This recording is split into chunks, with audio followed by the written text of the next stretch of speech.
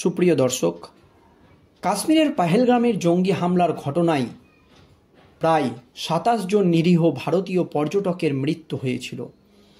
তারপর থেকেই ক্ষোভে ফুঁসছিল গোটা দেশ। সকলের একটাই দাবি ছিল, পাকিস্তানের বিরুদ্ধে কঠোর প্রত্যাঘাত চাই। এই আবহে ভারতীয় সেনাবাহিনী পাকিস্তানে ঢুকে পাকিস্তানের ৯টি জঙ্গি ঘাঁটিকে একেবারে ধূলিসাৎ করে দিয়েছে। ধুলোয় মিশিয়ে দেওয়া হয়েছে পাকিস্তানের সমস্ত জঙ্গি ঘাঁটিকে। আর এরই মধ্যে একেবারে চাঞ্চল্যকর খবর সামনে এসেছে, যা নিয়ে ইতিমধ্যেই আতঙ্ক ধরে গিয়েছে বাংলার সাধারণ মানুষের মনে। কারণ ভারত পাক সংঘাতের আবহে ফের রাজ্যে বাংলা থেকে গ্রেপ্তার ২ জামাত উল মুজাহিদি জঙ্গি, যা নিয়ে গোটা দেশ জুড়ে নতুন করে শোরগোল পড়ে গিয়েছে। গোয়েন্দাদের হাতে একেবারে মারাত্মক তথ্য। দর্শক, কাশ্মীরের পাহেলগামের জঙ্গি হামলার ঘটনার প্রতিবাদে পাকিস্তানে কঠোর প্রত্যাঘাত আনতেই পাকিস্তানের একেবারে দিশেহারা অবস্থা। ভারতের ১৫টি জায়গাকে টার্গেট করা হয়েছিল পাকিস্তানের তরফে। শুধু তাই নয়, এই ১৫টি জায়গাকে টার্গেট করে পাকিস্তান থেকে ড্রোন হামলা চালানো হয়েছিল। তবে পাকিস্তানের সেই সমস্ত ড্রোন আকাশেই ধ্বংস করে দিয়েছে ভারতের সুদর্শন চক্র। পাকিস্তানের আশাকে একেবারে আশাহত করে দিয়েছে ভারতের এয়ার ডিফেন্স সিস্টেম, যার জেরে কার্যত দিশেহারা অবস্থা পাকিস্তানের। শুধু তাই নয়, পাকিস্তানের এয়ার ডিফেন্স সিস্টেমকে ধ্বংস করে দিয়েছে ভারতীয় সেনাবাহিনী। কিন্তু তারপর পাকিস্তান নিজেকে বাঁচাতে একেবারে মরিয়া হয়ে উঠেছে। কোনো কিছুতেই যখন তারা ভারতের সঙ্গে পেরে উঠছে না, তখন ভারতের সাধারণ মানুষের ওপর তারা গোলাবর্ষণ শুরু করে দিয়েছে। এমনকি ভারতে জঙ্গি ঢুকানোর সমস্ত রকম পরিকল্পনা তারা শুরু করে দিয়েছে। এই আবহে কেন্দ্রীয় স্বরাষ্ট্রমন্ত্রী অমিত শাহ আগেই মুখ্যমন্ত্রী মমতা ব্যানার্জিকে সতর্ক করে দিয়েছিলেন বাংলার নিরাপত্তা ব্যবস্থা ঠিক রাখার জন্য। এমনকি বাংলার নিরাপত্তা ব্যবস্থা যাতে আরও জোরদার করা হয়, মুখ্যমন্ত্রী মমতা ব্যানার্জিকে স্পষ্ট জানিয়ে দিয়েছিলেন কেন্দ্রীয় স্বরাষ্ট্রমন্ত্রী অমিত শাহ। আর এই আবহে বাংলা থেকে গ্রেপ্তার ২ জঙ্গি, যা নিয়ে রাজ্য রাজনীতি তো বটেই, গোটা দেশ জুড়ে নতুন করে শোরগোল পড়ে গিয়েছে।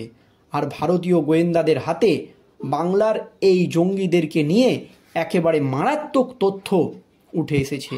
কি তথ্য উঠে এসেছে দর্শক শুনুন। ভারত পাক সংঘাতের আবহে ফের রাজ্য থেকে গ্রেপ্তার ২ জামাত উল মুজাহিদিন জঙ্গি। বৃহস্পতিবার মধ্যরাতে বীরভূমের নলহাটি এবং মুরারইতে অভিযান চালিয়ে ২ জনকে গ্রেপ্তার করে রাজ্যের STF। ধৃতদের বিরুদ্ধে মুসলিম তরুণদের মগজ ধোলাই করে রাষ্ট্রের বিরুদ্ধে যুদ্ধের উস্কানি দেওয়ার অভিযোগ উঠেছে। ২ জনকেই রামপুরহাট আদালতে পেশ করে ১৪ দিনের পুলিশ হেফাজতের আবেদন জানিয়েছে STF। ধৃত আজমাল হোসেন, বয়স ২৮ বছর, বীরভূমের নলহাটির বাসিন্দা। আর এক ধৃত সাহেব আলী খান, বয়স ২৮ বছর, মুরারইয়ের বাসিন্দা। দুজনেই এই দেশের নিষিদ্ধ জেহাদি সংগঠন জামাত উল মুজাহিদিনের সদস্য। জামাতের যে মডিউলের সদস্য ছিল, এরা তাদের দায়িত্বে ছিল মুসলিম যুবকদের মগজ ধোলাই করা, মূলত রাষ্ট্রদ্রোহী, ধর্মীয় উস্কানিমূলক বার্তা ছড়িয়ে দেওয়া, পুরো বিষয়টি করা হতো এবং এনক্রিপ্টেড ভার্সনে। সূত্রের খবর, দেশের সার্বভৌমত্ব নষ্ট করতে রীতিমতো বিশেষ বিশেষ জায়গায় এবং বিশিষ্ট ব্যক্তিদের হামলার ছক কষছিল বলে তারা, এমনই কিন্তু সূত্র মারফত খবর উঠে এসেছে। সেই ষড়যন্ত্র বাস্তবায়নের জন্য মগজ ধোলাই করে তাদের জঙ্গি নেটওয়ার্কে নিয়োগ করত।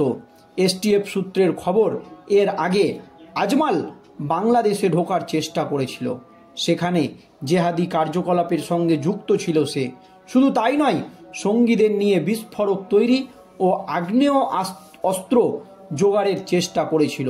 তাদের লক্ষ্য ছিল গাজাতুল হিন্দ এর আদর্শ প্রতিষ্ঠা করা।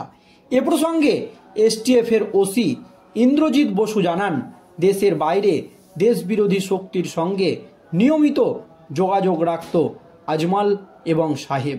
তাদের সঙ্গে রীতিমতো টাকার লেনদেনও চলত বলে সূত্র মারফত খবর উঠে এসেছে। রামপুরহাট আদালতে পেশ করে তাদের 14 দিনের পুলিশ হেফাজতের আবেদন জানানো হয়েছে এসটিএফের তরফে।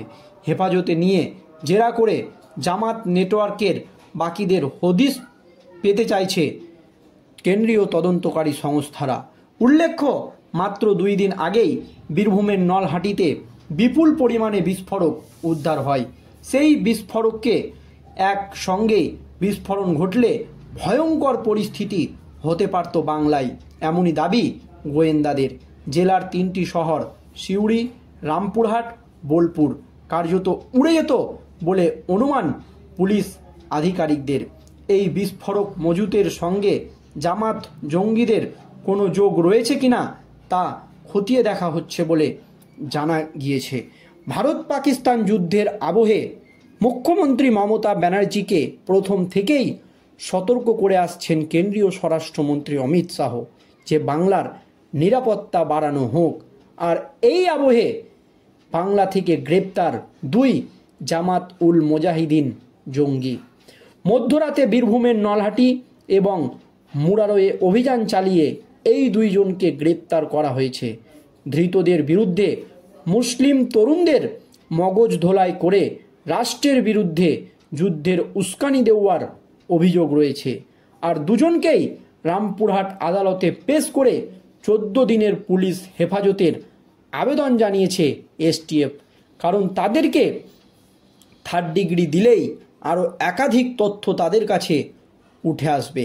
ধৃত আজমাল হোসেনের বয়স 28 বছর, তিনি বীরভূমের নলহাটির বাসিন্দা। আরেক ধৃত সাহেব আলী, বয়স 28 বছর, মুরারোয়ের বাসিন্দা। দুজনেই এদেশের নিষিদ্ধ জেহাদি জঙ্গি সংগঠন জামাত উল মুজাহিদিনের সদস্য।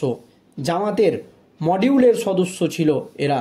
তাদের দায়িত্ব ছিল মুসলিম যুবকদের মগজ ধোলাই করা, মূলত রাষ্ট্রদ্রোহী ধর্মীয় উস্কানিমূলক বার্তা ছড়িয়ে দেওয়া। পুরো বিষয়টি করা হতো এনক্রিপ্টেড ভার্সনে। সূত্রের খবর, দেশের সার্বভৌমত্ব নষ্ট করতে রীতিমতো বিশেষ জায়গা এবং বিশিষ্ট ব্যক্তিদের হামলার ছক কষেছিল এই ব্যক্তিগুলো। আর সেই ষড়যন্ত্র বাস্তবায়নের জন্য মগজ ধোলাই করে তাদের জঙ্গি নেটওয়ার্ককে নিয়োগ করত। আর তা একেবারে হাতে নাতে পাকড়াও করল ভারতীয় গোয়েন্দা সংস্থা, যা নিয়ে ইতিমধ্যেই রাজ্য রাজনীতিতে একেবারে চাঞ্চল্য ছড়িয়েছে।